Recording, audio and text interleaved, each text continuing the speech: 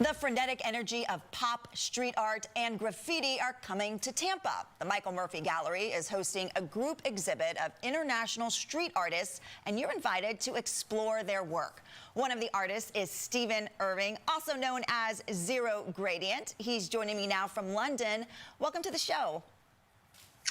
Thank you for having me. It's a pleasure to be on Great Day Live. Thank you. I've not done American TV before, so this is very exciting. Well, first of all, I've never talked to someone in London before through Zoom, so it's a first for both of us. There we go.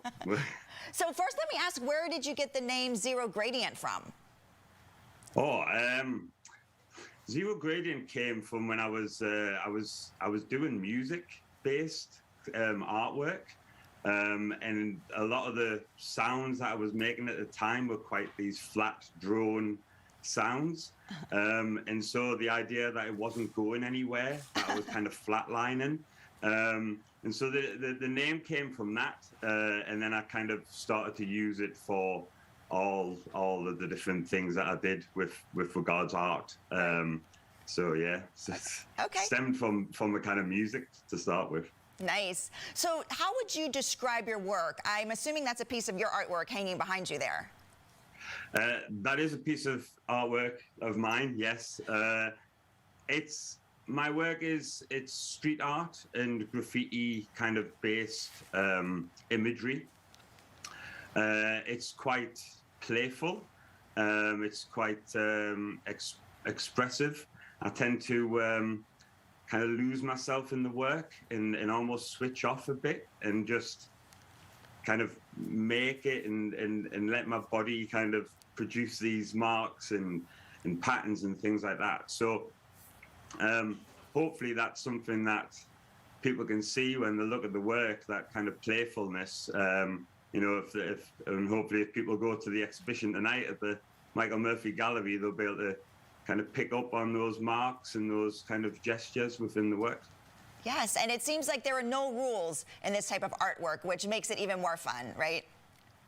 Yeah, there aren't really. I mean, I don't think there's any real rules in art. There are kind of principles and stuff that people follow, but certainly myself as well, I like to experiment. I like to explore and try different techniques out and just see what happens. I like to have an idea of the sort of mark that might be made, but use a process that means that I can't guarantee exactly what it'll look like. So often, like when I'm making the work, it's actually a surprise to myself. You know, like how it develops and how it moves along. Yeah. So, and I like that. Yeah. Well, tell me how you got started in art in the first place, and did it evolve into street art, or did you start out as a street artist? No, I mean, for me, art started at school, learning, you know, Picasso and Dali and people like that. And I kind of lived in a inner city, working class kind of background. We didn't really visit art galleries and art exhibitions as a child.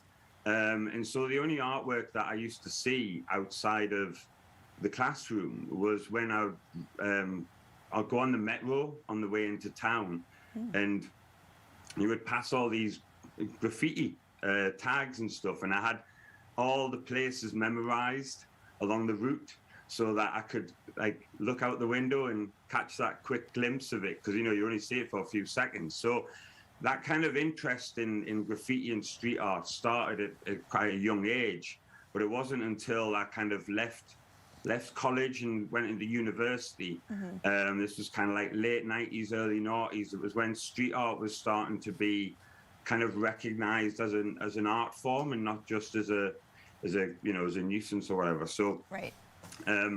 It kind of, that's when I started to then play with spray paint and start to learn kind of how to use it. But I know your exhibit is going to be fantastic, and you're one of about a dozen artists who will be there, and I'm sure you want to encourage people to come, right, to the show. Oh, no, I mean, for me, it's a massive honor to be not only in this exhibition, this burner exhibition at the Michael Murphy Gallery, but to also be alongside the other artists that are going to be in this show. Excuse the pun, but it is a great day for me.